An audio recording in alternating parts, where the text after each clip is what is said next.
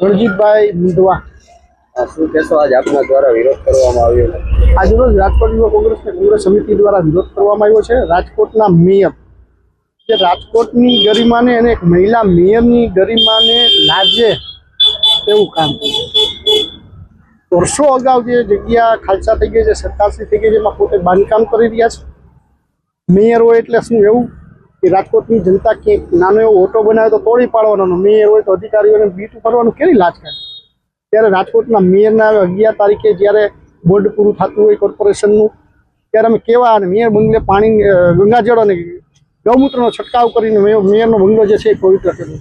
આટલો કાર્યક્રમ શું હતો? કોઈ પ્રોપર વ્યક્તિનો બંગલો નથી હોતો, મેયરનો હોય છે। મેયર રાજકોટના હોય છે, કોઈ પક્ષના નથી હોતા। પરંતુ ભારતીય જનતા પાર્ટી આ જ્યારે ભ્રષ્ટાચારની અંદર ખદબદી રહ્યો હોય ત્યારે મેયર બંગલે આજે ગૌમૂત્રનો છંટકાવ કરી પાણી છાંટી અને એવું દેખાયું કે રાજકોટની જનતા વતી કોંગ્રેસ લડી રહી છે। આવનારા દિવસોની અંદર પણ લોકોને પણ અપીલ આપણી ચેનલના માધ્યમથી કે આ ભ્રષ્ટાચારી જે શાસકો છે એના દ્વારા આ બાંધકામ જોઈ રહ્યા તો સરકારી જમીન એટલે શું એ આપણને ખબર છે। નાનું એવું પતરું કોઈ નહીં, કોઈ છાપું નહીં, કોઈ તો તોડી પાડવામાં આવ્યું છે।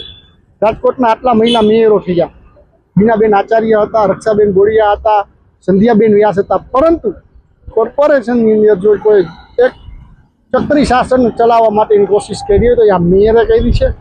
મહિલા મેયર હોવા છતાં પણ એની હિંમતને દાદ દેવી પડે કે આખી રાજકોટની જનતાની સામે થઈ અને ગેરકાયદેસર બાંધકામ કર્યું છે।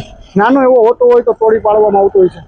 આપણે જોયું છે ટીપીના રોડમાં પણ આવતા હોય તો પાડી નાખવામાં, હમણાં આપણે 2 દિવસ પહેલાં જોયું મેગા ડિમોલેશન કરવામાં આવ્યું। મેયરને ક્યારે આપણે જોયું કે ભાજપના કોર્પોરેટરો ભ્રષ્ટાચારની અંદર આની પહેલાં પણ આવી ગયા છે અને અત્યારે પણ આવી ગયા છે। ત્યારે મેયર બંગલે જઈને છંટકાવ કર્યો છે કે હવે 11 દિવસ બાકી છે, 11 દિવસમાં આવીને અપવિત્ર બંગલો ન કરતા જે આવવાના હશે નવા મેયર આવે, પરંતુ તમે હવે અહીં ન દેખાતા અને અપવિત્ર ન કરતા એ કાર્યક્રમ કોંગ્રેસ દ્વારા કરવામાં આવ્યો છે।